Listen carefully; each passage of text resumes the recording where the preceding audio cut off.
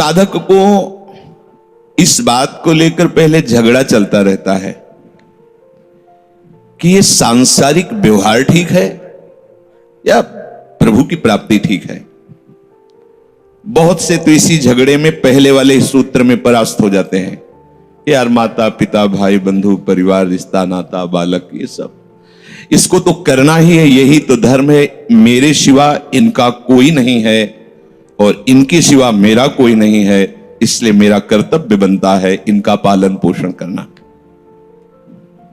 उपासक पहले ही निश्चय में गिर जाता है। जो सत्संग नहीं किए वो, जैसे ये प्रश्न भी सत्संग में ही उठता है।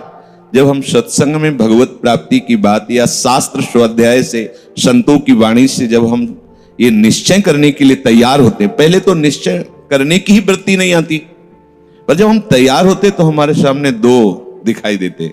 एक तो संसार, शरीर, शरीर संबंधी भोग, शरीर संबंधी रिश्ते नाते, तो इनका कर्तव्य करना ये ठीक है या भजन करके भगवत प्राप्ति करना ठीक है। तो बहुत से इसी में गिर जाते हैं, अपने को बहुत विद्वान समझते हैं, बड़े नजदीक हैं और हैं विद्वान, शास्त्र का ज्ञान है, पूरा ब्राह्मणत्व से चलते हैं अब भी, पर परमार्थ का ज्ञान नहीं है। शास्त्र का ज्ञान है, आपको उत्तर दे सकते हैं। जब उनसे कहा कि भाई भजन करने का समय है, कर लो नहीं तो पछताओगे, तो उनके मुख से निकला कि प्रारब्ध में होगा तो भगवत प्राप्ति हो जाएगी, भजन हो जाएगा। अब तो हम तुरंत जवाब दिया, ये कोई कर्म फल है भगवत प्राप्ति? प्रारब्ध क्या है? तुम्हारे किए हुए शुभ अशुभ कर्म, वही फल देने के लिए तैयार है। भगवत प्राप्ति न शुभ से होती न अशुभ से, दोनों का नाश करके जो निष्काम हो जाता है, निश्चल बुद्धि प्रभु में स्थापित कर देता, वही भगवत प्राप्ति। और उसके लिए मनुष्य जन्म मिला है। भगवत प्राप्ति भाग्य या प्रारब्ध के अधीन नहीं है। जो ऐसा सोचते हैं सो परत्र दुख पावई, सिर धुनि धुनि पछताए, काल ही कर्म ही ईश्वर ही मिथ्या दोष लगाए। शरीर का स्वस्थ रहना या स्वस्थ हो जाना, प्रतिकूलता अनुकूलता मिलना, लाभ हानि मिलना, ये सब भाग्य से है। सुनो भरत भावी प्रबल बिलख कहो मुनिनाथ, हानि लाभ जीवन मरण जस अपजस ये विधियात, ये विधान के हाथ प्रारब्ध के। भगवत प्राप्ति नहीं, भजन नहीं, सच्चिदानंद प्रभु की प्राप्ति अगर भाग्य से होने लगी तो फिर मनुष्य जीवन की सार्थकता क्या रही? हमें भाग्य निर्माण करना है। ये जो हमारा जन्म हुआ ये भाग्य के अधीन नहीं है, ये नवीन भाग्य निर्माण करने के लिए है। नहीं तो आदेश ही नहीं देते भगवान। पशुओं को आदेश नहीं दिया जाता क्योंकि वो भाग्य के अधीन है। केवल मनुष्य शरीर को आदेश दिया गया है। किसी देवता को भी आदेश नहीं दिया गया कि आप ये करो ये ना करो, क्योंकि वो वही करेंगे जो उनके सुकृत है, उसके अनुसार बस भोग भोगेंगे। आगे कुछ नहीं कर सकते, नवीन कर्म नहीं कर सकते, न नारकी जी कर सकते हैं न स्वर्ग के कर सकते हैं। सब अपने अपने परिणाम को केवल भोग रहे हैं। यहां परिणाम उपस्थित करने का अवसर है। आप जो चाहो अपना परिणाम कर सकते हो। आप चाहो नरक जाओ, चाहे स्वर्ग जाओ, चाहे नारायण बन जाओ, जो चाहो कर सकते हो। मनुष्य शरीर है तो ऐसा शास्त्र स्वाध्याय और पंडिताई ज्ञान किस काम का जो भगवत प्राप्ति प्रारब्ध पे छोड़ दे। तो कुछ जन हैं जो शास्त्र स्वाध्याय करके या संतों की वाणी सुनकर इस विचार में आते हैं कि मुझे क्या करना चाहिए, परिवार का पोषण या भगवत प्राप्ति। दो विभाग कर लिए इसलिए खतरा है, निर्णय नहीं कर सकता। और सही पूछो तो दो विभाग है नहीं, एक ही बात है। समझ जाओ तो वहीं वहीं भगवत प्राप्ति हो जाएगी। अब उसके विचार में आता है कि अभी तो ब्याह हुआ है, या अभी छोटे छोटे बच्चे हैं, या अभी बच्चों का ब्याह किया है, अभी नए हैं, क्या जाने संसार का। मेरी आवश्यकता है, नहीं तो संसार इनको परेशान कर देगा। और वो अपने अहम जनित कर्ता भाव से ऐसा बंध जाता है कि निर्णय ही नहीं कर पाता। समझो रे भाई लोगो, समझो रे दीवाना, अरे हिया नहीं रहना, करना अंत पयाना। श्री चरणदास जी कह रहे, ए भाई समझो, जिस कर्तव्य को तुम विसार करके झूठे भाव को कर्तव्य मान रहे हो, अरे माया के दीवाने, अरे हिया नहीं रहना, करना अंत पयाना। यहां से जाना है, यहां से जाना है। ये भूल जाते हैं, माया की ऐसी भूल भुलैया है कि हमें शरीर में राग और शरीर संबंधियों के राग में सुख मिलने लगता है और लगता है कि मैं अविनाशी हूं। वैसे मैं तो अविनाशी ही है, पर विनाशी को लेकर मैं ये भूल कर बैठता है, और जिसको पकड़ा है वो सब विनाशी, सब विनाशी। गो गोचर जहां लग मन जाई, तो सब माया जानो भाई। दुनिया में लाखों का मेला जुड़ा, हंसा जब जब उड़ा तो अकेला उड़ा। समझो, ये माया की चाल है जो तुम्हें समझने नहीं दे रही। अरे भाई समझो, समझो। अरे माया के दीवानों, यहां से हमें जाना है, जाना है। कुछ साथ नहीं ले जाना है, कोई साथ नहीं जाएगा। बस तुम फंस गए हो मोह दलदल में। ये कुटुंब का मोह ऐसा मोह है कि कैसे तुम्हें बताएं। याद ही नहीं आती कि मुझे जाना है, याद ही नहीं आता कि सब छूटना है। ये समझ में नहीं आता कि मैं आया किस लिए। बड़ी विचित्र भूल भुलैया है। मोह कुटुंब के अवसर खोयो। दो बातें आती है, परिवार का पालन पोषण, ये धर्म पालन करूं या हरि का भजन करके भगवत प्राप्ति करूं। तो बोले मोह कुटुंब के अवसर खोयो। अवसर मिला है तुमने, भलो पायो दांवरे, चूक ना अवसर प्यारे, भलो पायो दांवरे। बड़ा अच्छा अवसर मिला है भजन करने का, चूक गए तो फिर पछताना पड़ेगा। हरि की शुद्ध बिसराई। अब वो निर्णय करता है परिवार के पोषण का, क्योंकि मोह ममता है। पीछे का हर बार सत्संग में कहते हैं कि पीछे का रास्ता एकदम बंद हो जाना चाहिए, कि आगे कोई भयावह स्थिति आवे तो लौटने का रास्ता नहीं रहना चाहिए। उपासक को पीछे का मार्ग बंद कर देना चाहिए। पर होता क्या है, अपने लोग बहुत कमजोर हैं, तो कदम ऐसे रखते हैं पर पीछे वाला पुष्ट बनाए रखते हैं कि अगर इधर थोड़ी भी आंच लगी तो कदम पीछे करके सुरक्षित हो जाए। वो सुरक्षित नहीं है, वो सुरक्षित नहीं है, वो असुरक्षा है। परिवार का राग, अन्य भरोसा, किसी देहधारी का भरोसा, किसी वस्तुओं, ये भरोसे लायक चीज है। अरे क्षण में बिगड़ जाने वाली चीज है। भरोसा तो हरि का है, भरोसा तो हरि गुरु चरण सेवा अनुसरो। ये भरोसा कभी तुम्हें विश्वासहीन नहीं होने देगा। ये भरोसा कभी धोखा नहीं। साधुते हो न कारज हानि, कभी तुम्हारा अमंगल नहीं हो सकता। मोह कुटुंब के अवसर खोयो, हरि की शुद्ध बिसराई। अब दिन तो बैल की तरह काम करने में व्यतीत हो रहा है, और रात्रि नींद और भोग में समाप्त हो रही है। आठों पहर की 60 घड़ियां बेकार में इसने व्यतीत कर दी। एक क्षण भी शांति से बैठकर विचार नहीं किया कि मेरा जन्म किस लिए हुआ है, मैं क्या कर रहा हूं, और अपना कुशल चाहता है। एक छिन हरि को नाम लीनो, कुशल कहां ते हुई, तब लग कुशल न जीव को सपने हो मन विश्राम। स्वप्न में भी शांति नहीं मिल सकती जब तक भजन नहीं करोगे। बालक अवस्था तो खेल में चली गई, जवानी हुआ तो अहंकार मद छाया, मैं करता मैं भोगता इसमें चली गई। जब वृद्ध आया तो रोग और चिंताओं ने घेर लिया। अब इतना दुखी है कि वो सोच भी नहीं सकता कि मैं इनसे दूर होकर भजन कर लूं।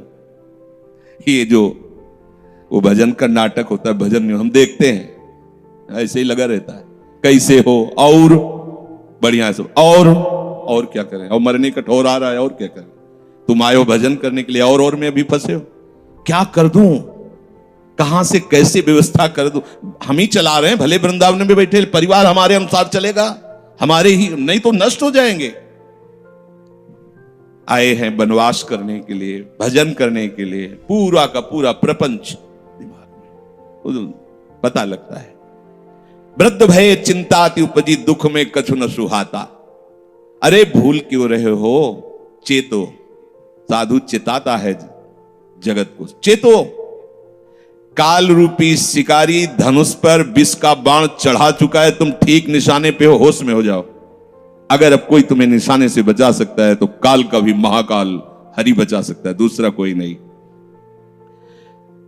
आए अचानक बांधे, यम के दूत आकर अचानक बंधन में डाल करके ले जाते हैं। अब वो निर्णय कर रहे हैं, झूठे जग से नेह छोड़कर साचो हरिनाम उच्चारो। चरणदास सुखदेव कहते हैं अपना भला विचारो, इसी में अपना भला है। तो क्या करें? घर परिवार छोड़कर तुम्हारी तरह बाबा जी बन जाए? बाबा जी बनने से भगवत प्राप्ति नहीं होती। अगर आप बाबा जी बाहरी बात को ले रहे हैं तो उसको समझ लीजिए, बाबा जी बनने से भगवत प्राप्ति नहीं होती, प्रभु के होने से भगवत प्राप्ति होती है। वो आप चाहे गृहस्थ वेश में रहकर बनो या आप विरक्त वेश, दो मार्ग शास्त्रों ने स्थापित किए हैं, वो प्रभु के लिए। अगर वेश बदल लिया है और परिवार का राग है, भोगों का राग है, संसार की सत्यता का भान हो रहा है कि सब सत्य है, कोई फर्क नहीं पड़ता। वेश परिवर्तन से कोई फर्क नहीं पड़ता। गधे की पीठ में चाहे मिट्टी ला दो, चाहे कबाड़ ला दो, चाहे बेद ला दो, उसको बाहर से मतलब है। शरीर में चाहे लाल कपड़ा पहनो, चाहे सफेद पहनो, चाहे काला पहनो, चाहे नीला पहनो, चाहे पीला पहनो, ये तो वस्त्र है। आपका उद्देश्य क्या हुआ? आपका अपनापन कहां गया? ये खास बात है। कहीं ऐसा नहीं लिखा कि बाबा जी बनने से वो मोक्ष पद प्राप्त, नहीं। जहां संत की बात आएगी वहां लक्षण होंगे। जहां भगवत प्राप्ति की बात आएगी वहां मन का प्रभु में तन्मयता होना, प्रभु में डूबना, प्रभु के चिंतन में मगन होना होगा। वो चाहे गृहस्थ हो चाहे विरक्त हो, दोनों के।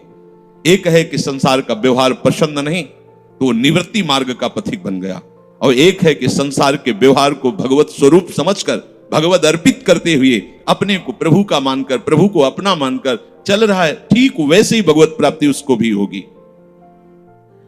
हम लोग जब सत्संग में बात सुनते हैं तो निर्णय करने के लिए हमारा ही हृदय होता है।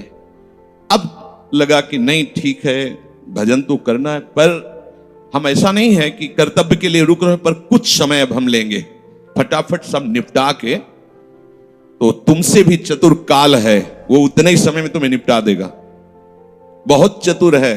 हमने बहुत से लोगों के मुझसे सुना है कि बस ये काम हो जाए हम आए, आज तक वो लौट के नहीं आ पाए, क्योंकि वो गली ऐसी है। क्या है? बहुत दलदल है आगे। जो गया ना मोह कलिल में डूबा, अब निकल पाना बड़ा मुश्किल है। सत्संग में इतना सामर्थ्य कि अभी आप सुन रहे हो, अभी आपको ऐसे सब ऐसे लगेगा, ऐसे ऐसे निकल जाएंगे, और गेट के बाहर होइएगा, वो हवा लगने दीजिए, तब लगे कैसे निकले। ऐसी प्रचंड माया है। इसीलिए तन ही राख सत्संग में तो मन ही प्रेम रस भेयो, तब मन प्रेम रस में बराबर सत्संग होता रहे, बराबर साधु संग मिले। घड़ी दोय में मेला बिछुरे,